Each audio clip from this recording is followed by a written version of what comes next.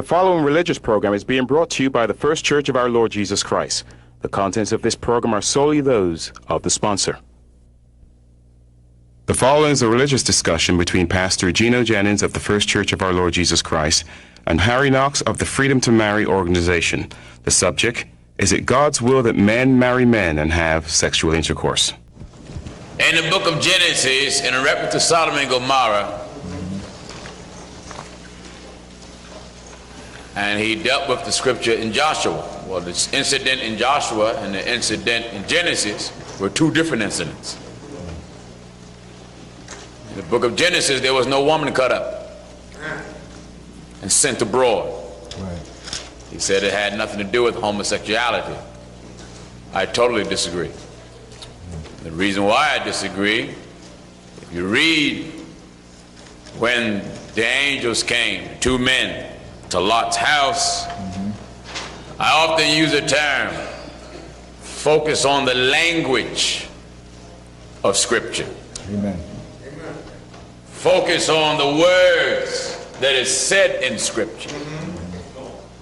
Listen closely at the language of the book. Genesis chapter 19 and begin at the first verse. And there came two angels to Sodom at even, and Lot sat in the gate of Sodom. And Lot, seeing them, rose up to meet them, and he bowed himself with his face toward the ground. And he said, Behold now, my lords, turn in, I pray you, into your servant's house, and tarry all night. And wash your feet, and ye shall rise up early, and go on your ways. And they said, Nay, but we will abide in the street all night. And he pressed upon them greatly, and they turned in unto him, and entered into his house. And he made them a feast, and did bake unleavened bread, and they did eat. But before they lay down, the men of the city, even the men of Sodom, compassed the house round. Now listen closely. They didn't compass the house because they wanted the autograph. No. Did they? No. They didn't compass the house because they want to play Jim Rummy. Not that. No. Listen closely at the language of Scripture. But before they lay down, the men of the city, even the men of Sodom, compassed the house round, both old and young, and all the people from every quarter. And they called unto Lot, and said unto him, Where are the men? Where are the men? Which came into thee this night? What was it? Bring them out unto us. Bring them out to us. That we may know them. Hold it.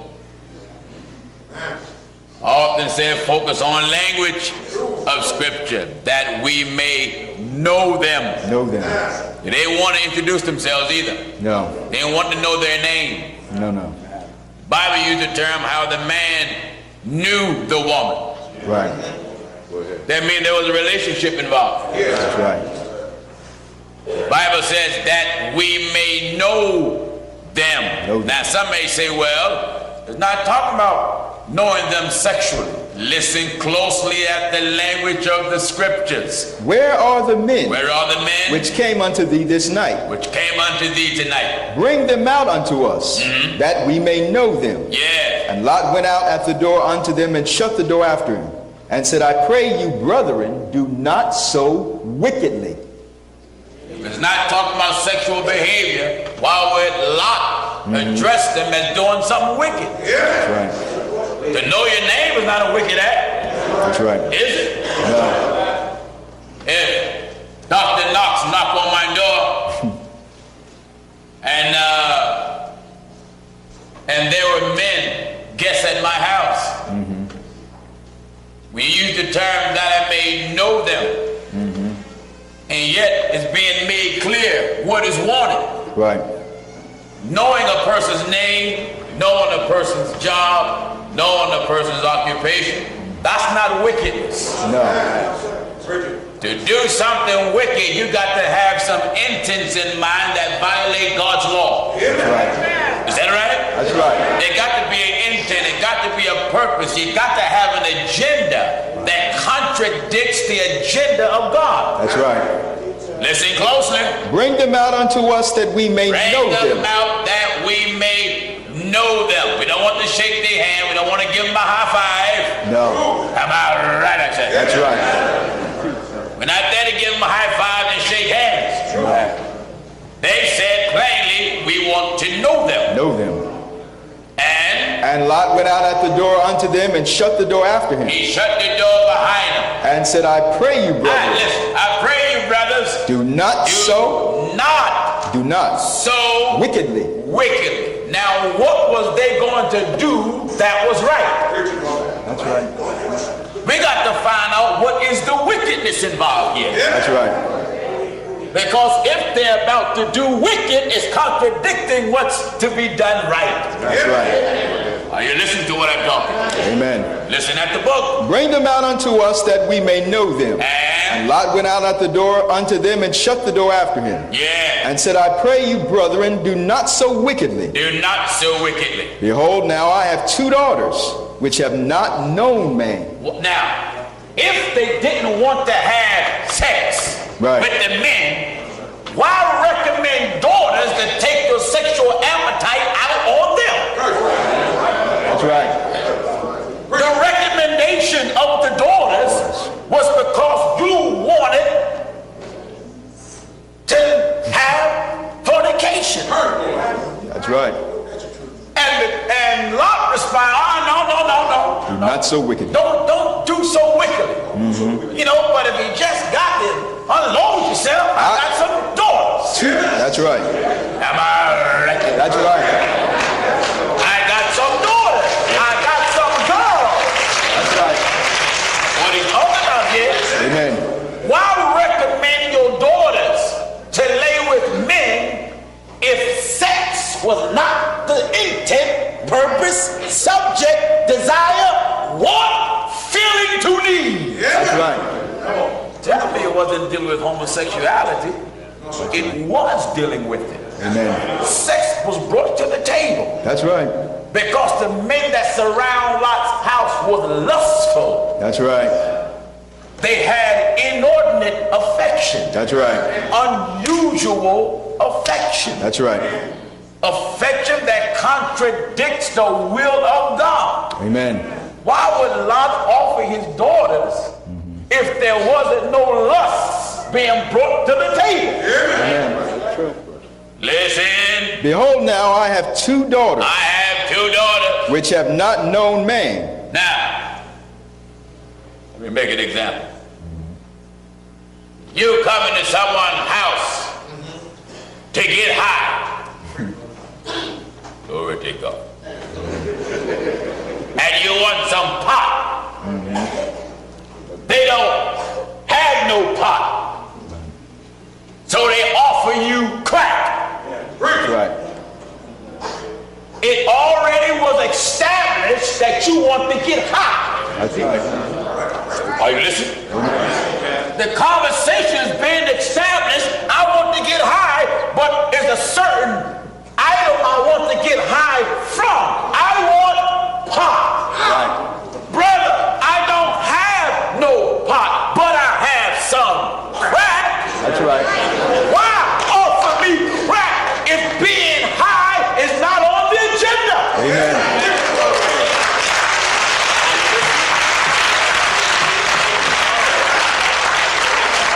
Are you listening? Yeah. So to say sex was not on the agenda, it's incorrect. That's right. Why would Lot respond to men who just want to meet men? Don't do wicked.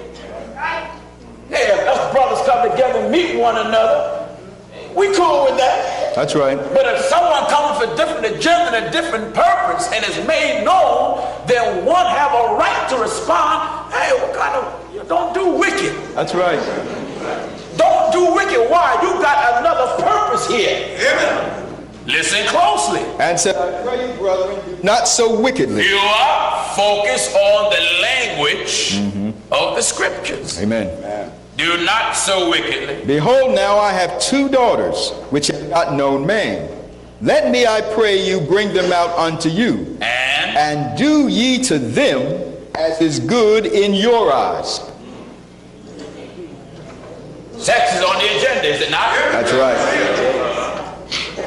Lot offered them women. Women. That they may lay with them. That's right. Let's establish what's on the table. 6, desire, lust, fornication. Amen. Are you listening? Amen. There's a right way to fornicate and a wrong way to fornicate, and either way is wrong. That's right. If a man now with a woman that's not his wife to commit fornication, he broke God's law. Amen. But he did wrong in the right way. That's right. But it still was wrong. But he done it the right way. But when saying ain't no such thing to do wrong right. Listen, you smoke a cigarette and you that's foolish enough to do it. It's wrong to smoke. Scripture says, cleanse yourself from all filthiness of the flesh. Now, to smoke the cigarette wrong, you try to pump the end that's lit. Am I right? But if I'm going to smoke it right and get cancer right, I gotta smoke the other end. But it's still wrong. But if I smoke the part that's lit, I'm doing wrong the wrong way. Sex was on the agenda of the men that surround Lot's house. Amen. They were lustful, old and young, wicked men. That's right. Their intent was to lay with the two men in the house. Lot comes out, shut the door behind them, and encouraged them by addressing them as brothers. Brethren. What do you mean? You are men. That's right. And you should not be surrounding my house warning men. That's right. So he addressed them as brothers and said, do not so wickedly. Now, their desire was addressed as wicked before any act took place, which established the fact same-sex desire is wrong before any act take place. Amen. Amen. Are you listening? That's right. Listen closely. I love to detail this. Amen. Glory to God. I love detail, fine stitching. That way you don't fall out of the book. That's right.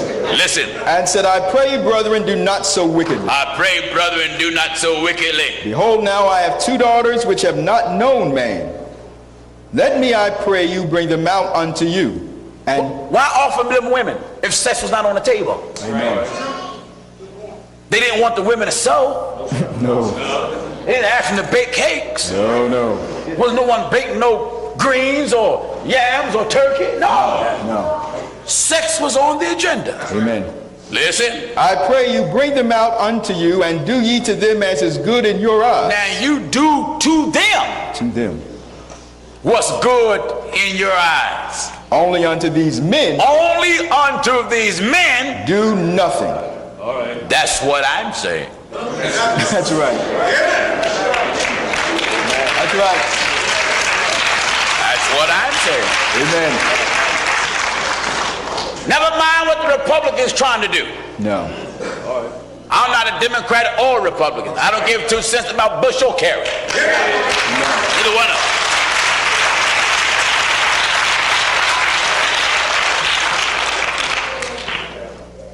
We're not saying to go out to kill and to bash and to mingle gay people. No.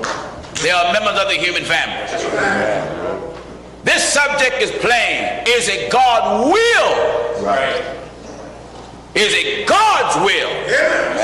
Not Bush, not Kerry, not the White House, not England, not Africa, That's right. not white, not black, red. I don't give 2 cents of your color. Amen. We want to know, is it God's will? And when God talk, everything got to say, Amen.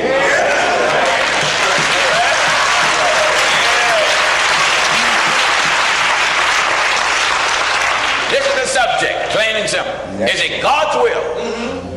Men to marry men, and for men to have intercourse with men. God always make his will known through the teaching of the prophets. That's right. And God make his will known through the teaching of the apostles, through the scriptures. Scripture is the blueprints and the guidelines for God's people. If we disbelieve the scripture, we know about the law of Moses. And we know that there were many things under the law that was unprofitable for us today. We'll get to that. Then we'll let you know what was in the law still came over here today through the teaching of Jesus. Because when you hear the apostles, you hear Jesus. Jesus said to his teachers and to his students, the apostles, in Luke 10:16, he that heareth you, hear me. So when whatever the apostles said, you was listening to Jesus. That's right. Finish up the book of Genesis. Behold, now I have 2 daughters which have not known man. Let me, I pray you, bring them out unto you, and do ye to them as is good in your eyes. Only unto these men do nothing. To these men do nothing. For therefore came they under the shadow of my roof. And they said, stand back. And they said again, this one fellow came into sojourning, and he will needs be a judge. Now will we deal worse with thee than with them. And they pressed sore upon the man even Lot. They pressed sore upon the man even Lot. And came near to break the door. And they wasn't, he mentioned the book of Judges, how they cut up the woman. But they wasn't pressing on the door to get women. No. So what he would confer reference to in Judges, in this, totally 2 different incidents. That's right. Totally opposite as day and night. That's right. They wasn't pressing on Lot's house to get no women. No. The women was offered to them, offered to the men by the father, Lot. That's right. Now listen closely. And they pressed sore upon the man even Lot, and came near to break the door. They want to break the door down. But the men put forth their hand and pulled Lot into the house to them, and shut to the door. And they smote the men that were at the door of the house with blindness, both small and great, so that they wearied themselves. To find the door. And the men said unto Lot, hast thou here any besides, son-in-law, and thy sons and thy daughters? And whatsoever thou hast in the city, bring them out of this place. For we will destroy this place, because the cry of them is waxing great before the face of the Lord, and the Lord hath sent us to destroy it. Amen. If their deeds was right in the eyes of God, why would God want to destroy? That's right. That's right. Dr. Knox, you can come up if you like, brother.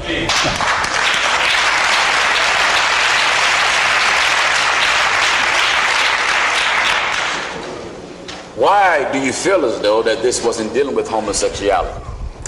Well, Brother Pastor, it's clear that there is tremendous sin going on here. No question about it. And that it is about sex.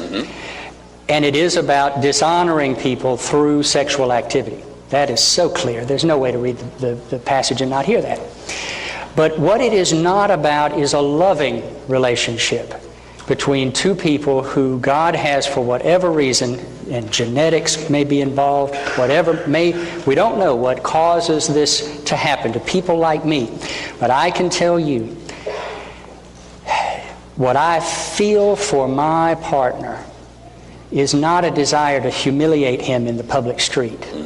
That's what that story is about. So you're saying it's all right to have same sex relationship when you're married, or?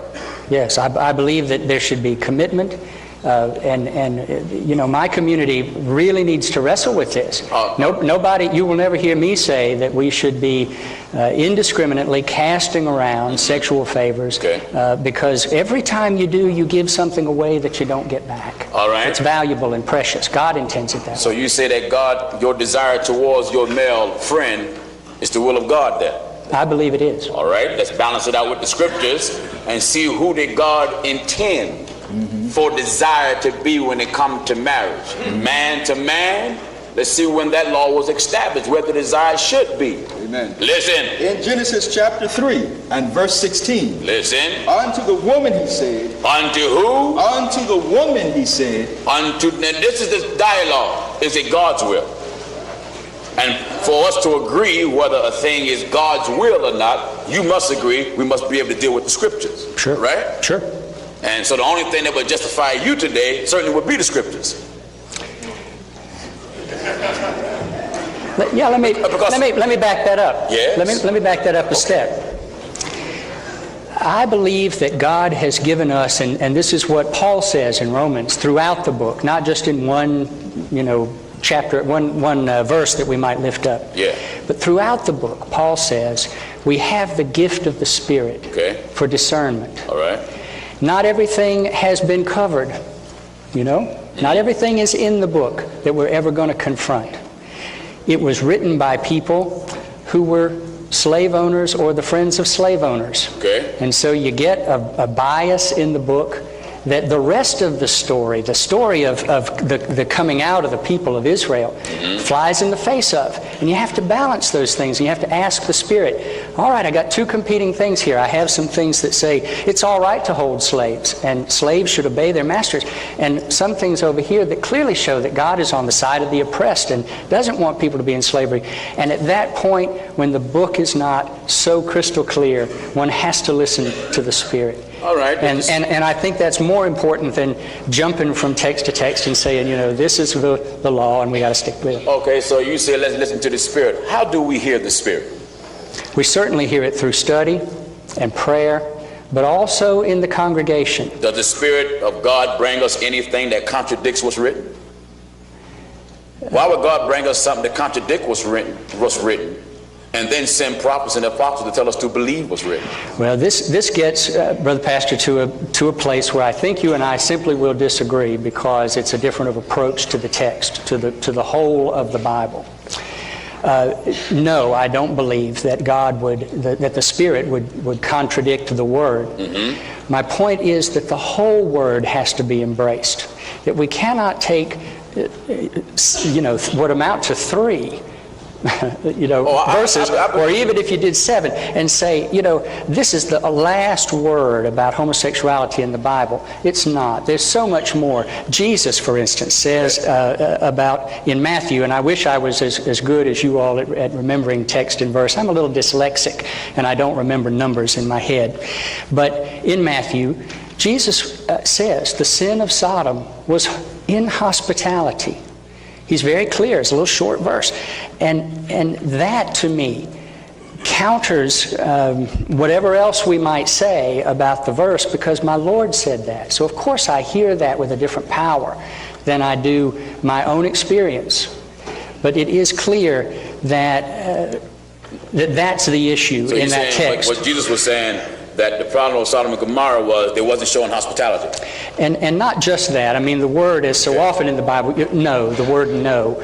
The word no isn't about, as you say, reaching out and shaking hands. It's a cover word. Well, it's a polite word. But what Jesus says is the people of Sodom were so mean and so disrespectful that they deserve to be destroyed. Well, and that, I think, is the issue. Well, I agree. They were mean and they were disrespectful, but did they not manifest their meanness and their disrespectfulness and not being hospitable by surrounding the house of one of those men? Wasn't that mean and disrespectful? It was mean and disrespectful, but let me put it more clearly, but delicately. I don't want to be vulgar. Oh, well, you can be as sharp and as raw as you like. Yeah, but I don't want to be too much.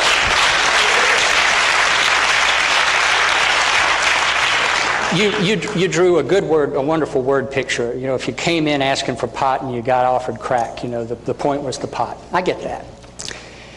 But if a man in the street is cut off by another man in an automobile, and he uses the F word, he says, F you. Yeah. He doesn't mean, I would like to go and have consensual, loving sex with you. Oh, I'm pretty He sure doesn't mean that. The point is the disrespect. The point is the hurtfulness. The point is I want to do two things. One is to have power over you. I wish I could have made you not do that. I feel powerless, and so I'm going to say I want power over you. And pushing a man down and penetrating him makes him powerless in a significant way. But If it's a matter of rape, now, Okay. if it's a rape. Right. And the other thing is, I want you to have a female role, because still in our world, in spite of all of God's work and the Spirit's work with us, we value women less than men. We're working on it, but we're not there yet. And that anger is manifested in not only, I want power over you, I want to push you down, but then I'm going to make you act like a girl. I'm going to do the things that I can think of that are the hardest for you to take. So that if he forced that upon him, that's wrong. Absolutely. So if a man consent to do it without force, it's right? It's a completely different thing. Is it right? It is in my mind, sure. Okay. As it is when a woman consents to be penetrated by a man All right. in the sexual You made act. a key statement. You said in your mind. Would you agree that God is the best mind? I do. We plan, God planned, but God is the greatest of planners. Would you not agree? I agree. All right, then let's go by the scriptures, because see, if you say you're a Christian, that means you're Christ-like. I want to be. I work at it every day. And that means you got to take whatever Christ said. Is that right? It does. That's right.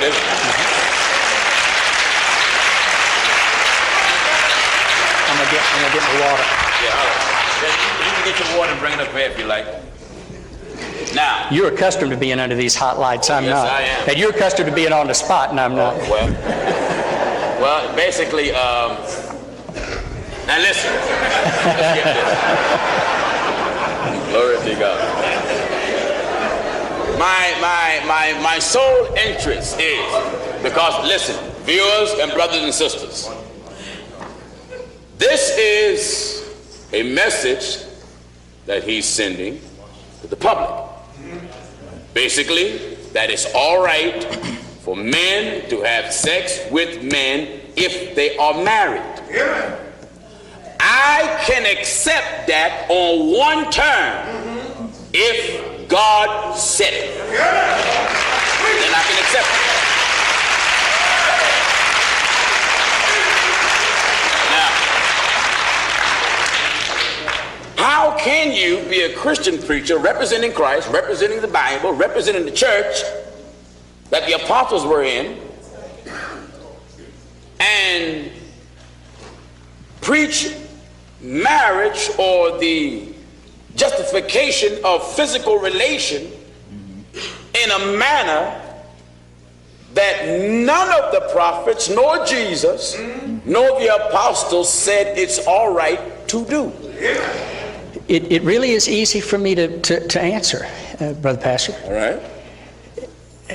The people who ask the questions get the answers to the questions they ask. And gay people have never been the powerful people in history. Never. Okay. And so the conversations that are recorded between Jesus and those who asked questions of him or to whom he was teaching are between people who were regarded as heterosexual. All right. The assumption was that they were, as it is in most conversations. When I go into a conversation, everyone assumes that I'm non-gay, that I'm heterosexual, okay, until they learn to the contrary. That's the nature of our culture. And it is simply not responsible for us to look for that conversation to be had in the Bible when there's no one to speak up for the powerless. For the same reason that women are disrespected in so much of the Bible, because they were powerless. The conversations in the Bible about them were among men. But how can you compare women to two men being married? That's totally different. How do you mean? I don't understand what you Well, if I sleep with my wife, I'm complying with the law of God. In the book of Genesis, let's read where the Lord said the desire of the woman should be. In Genesis chapter 3 and verse 16. Listen. Unto the woman he said, I will greatly multiply thy sorrow and thy conception. Yes. In sorrow thou shalt bring forth children. In sorrow thou shalt bring forth children. And thy desire, your desire, shall be to thy husband. This was established in the beginning. That's right. Where the desire should be between two people in a marriage. That's right. And you saying that you are justified by having your desire. You're married, I presume. I'm not. I'm not partnered at all. You and your partner are not married. I do not have a partner. You don't have a partner. Right. But if you get married, you plan on marrying a man or a woman? I would marry a man. You would marry a man? Yes. And represent Christ at the same time? Absolutely. How? Because The Bible says there's nothing new under the sun, and you must admit that your teaching and your deeds can't contradict the scripture. How can we just come up with something that's not scriptural? again, Brother Pastor, it's easy for you. It is easy. It's easier than it's ever been for me, and it's because, and again, it's just it's a completely different approach to the scriptures that comes out of our experience of being called by God to be in ministry or to be in lay service in the church, and fully experiencing the love of God in every aspect of our lives, understanding the concept and the reality of God convicting of sin. Now, I've been convicted of some sins in my life, and I've had to change some things. But not that. But not that one. You're not convicted of that? I'm not. My entire experience is saying to God, I love you more than I love this sexual thing. I love you, God. So I want to serve you. Having Change sex with me. a man, you don't feel as though you're breaking God's commandment. It's for me. It is as beautiful and fulfilling and completing as I hope it is for you and your wife. For me. No, there ain't no comparison there, buddy. With all due respect, Brother Pastor, you don't know. With all due respect, you don't know. According to the Bible. No. According to this Bible. What good is you coming up here with the Bible and don't believe what's in there? Oh, I believe it. You believe it? I believe it. But I believe all of it. And I have read all of it and studied as much of it as I could study with help from other people. Because the message of the Bible is one of love from our God more than anything else. And to have sex with men, is that showing the love of God? Well, let me get through what I want to say. Yeah. Love from God is the point. Mm-hmm. Reconciliation to God first and then to each other is the point of the whole book, the entirety of the book. Of course, you'll be able to find a scripture here and a scripture there to prick me with. And you won't do it out of lack of concern for me. You do it out of Christian love for me. You want to help me get to a different place that you think is better, and I value that. But I read the whole book. And in light of my own experience and the experience of thousands and thousands and millions of other gay Christians around the world who say, everything about this book tells me that I'm loved of God and that I can be empowered to love my neighbor as effectively as I love myself, to reach out in mutuality and concern and care for each other. I can do that. Does the book tell the gay community that their deeds are godly? When a man lay with a man, does anywhere in the book tell a gay man your deeds in that act is godly? I simply think it's unrealistic to expect folks who didn't understand anything about homosexual orientation in the pre-Christian time and in the first and second centuries after Christ. They didn't understand it? They didn't understand what we know now. So the gay community have a better understanding than the prophets and the apostles. We are wrestling with the reality of our lives in light of the gospel and finding ourselves blessed and empowered and encouraged and loved by God. The scripture says this: whatsoever things were written aforetime is written for our learning, that we through patience and comfort of the scriptures might have hope. So if God intended and wanted men to marry men, it would have been written so we can learn it's right. It would have been written. So how can you make it special for self? Oh no. And saying that you are justified in laying with a man when you're married? How is that act scripturally justified? Because see, we got it, God is involved in here. Because just to say that it's justifiable for men to lay with men if you marry. Would you convey that message if you got two 16-year-old boys somewhere and the government will permit them to marry wherever they are? You would encourage two young boys or two young men to have sex with one another? I would not encourage people who are too young to have responsible sex to have sex with each other. So what age? 16-year-old What people, age would you say a man can lay with a man? I don't know when. 18 works for the consensus of the country. So 18. That people should be able to make decisions about whom they would partner with. Regardless of what the Bible says. Brother Pastor, in light of all that the Bible says. Ignore it. No, in light of That's what all. you're telling them. No, I'm not. That's what you're no, telling I'm them. not. That's I'm what not. you're telling them. No, I'm not. Dr. Knox, you are telling the people, in despite of what the Bible says, wherever you feel, go for it. No. What you're telling No, them. I'm not. What I am saying to you and to everyone else who will listen is the Bible encourages us, not encourages, but commands us Yes. to love God first Right.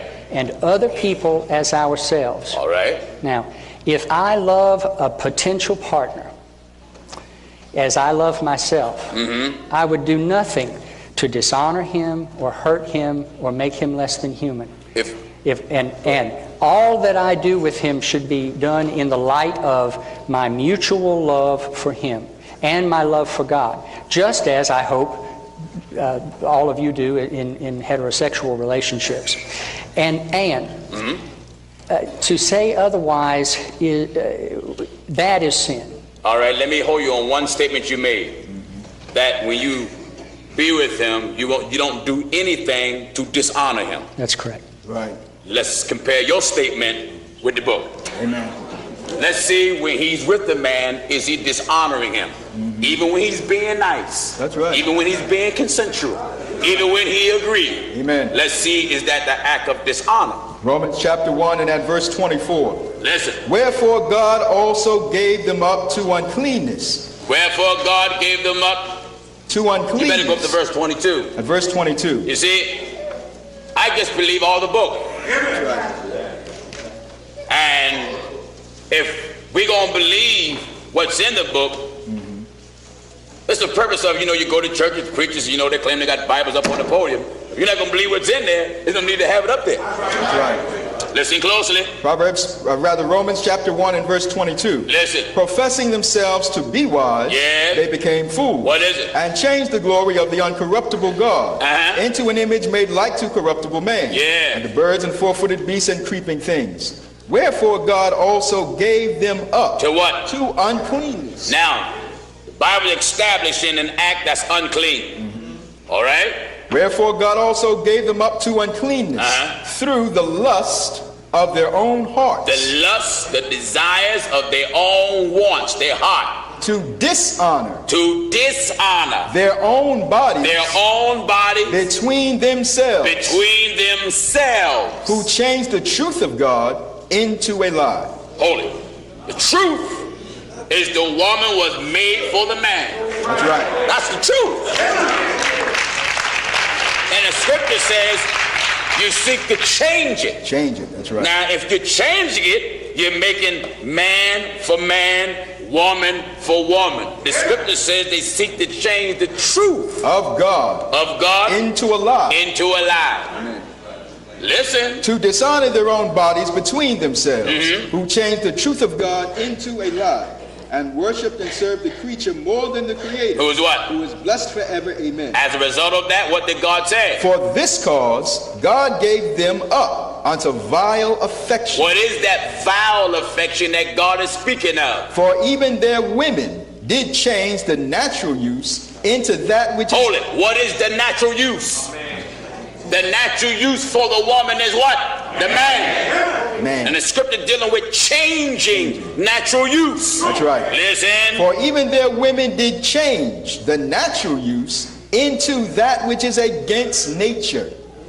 Against nature. That's written. Do you believe that? That if a man loveth a man or a woman with a woman, it's against nature?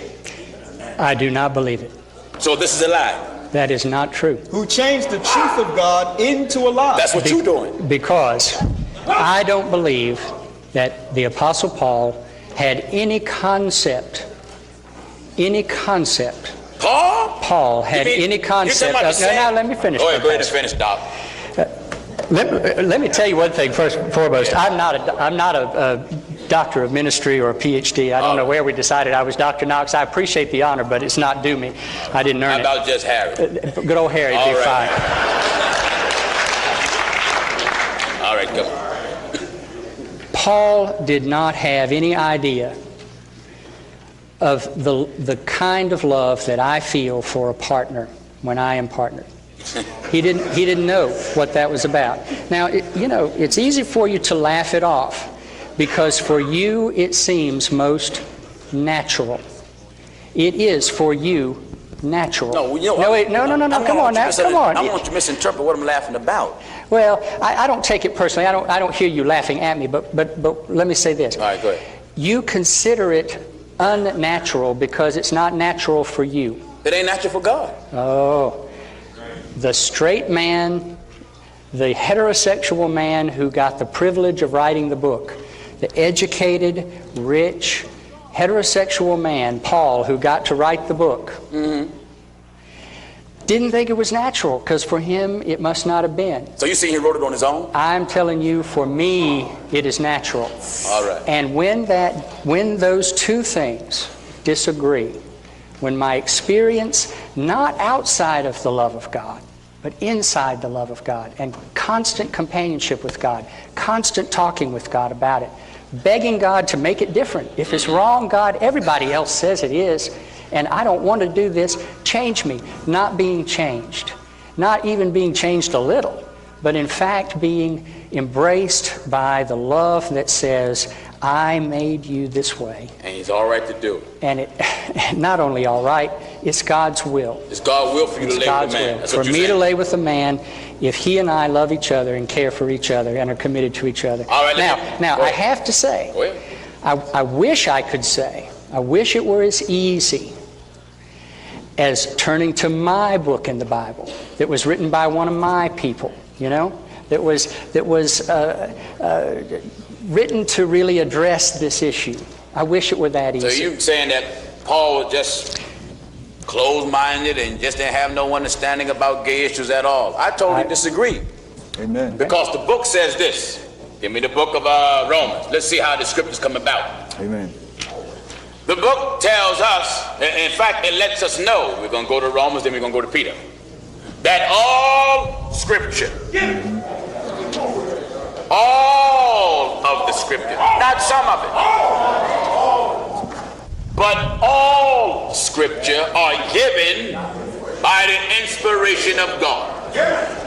And it goes on, listen at this. In 2 Timothy chapter 3. 2 Timothy chapter 3. And at verse 16. And verse 16. All scripture. How much? All scripture. All scripture, how they come about? Is given by inspiration of God. It ain't talking about a bunch of rich men, a bunch of male chauvinist men, right, or heterosexual. That was irrelevant. That's right. It says all scripture are given by the inspiration of God. And when we use the inspired scripture, what do we formulate? And it's profitable for doctrine. When you stick with the scriptures, your doctrine will be right. For reproof. Your reproof will be correct. For correction. What? For correction. Correction. What else? For instruction. Instruction. In righteousness. In what's right. That the man of God may be perfect. Complete. Thoroughly furnished unto all good works. So Paul didn't write that on his own. You can't say that Paul wrote it on his own. He was divinely inspired. Knowing this first. The Bible said knowing this first. In 2 Peter chapter 1 and verse 20. Listen. Knowing this first. It's the first thing that God wants you to know. Knowing this first. That what? That no prophecy of the scripture. No prophecy. No prophecy. Nothing written in the scriptures. Is of any private interpretation. So you can't say Paul wrote it on his own. Now, Brother Pastor,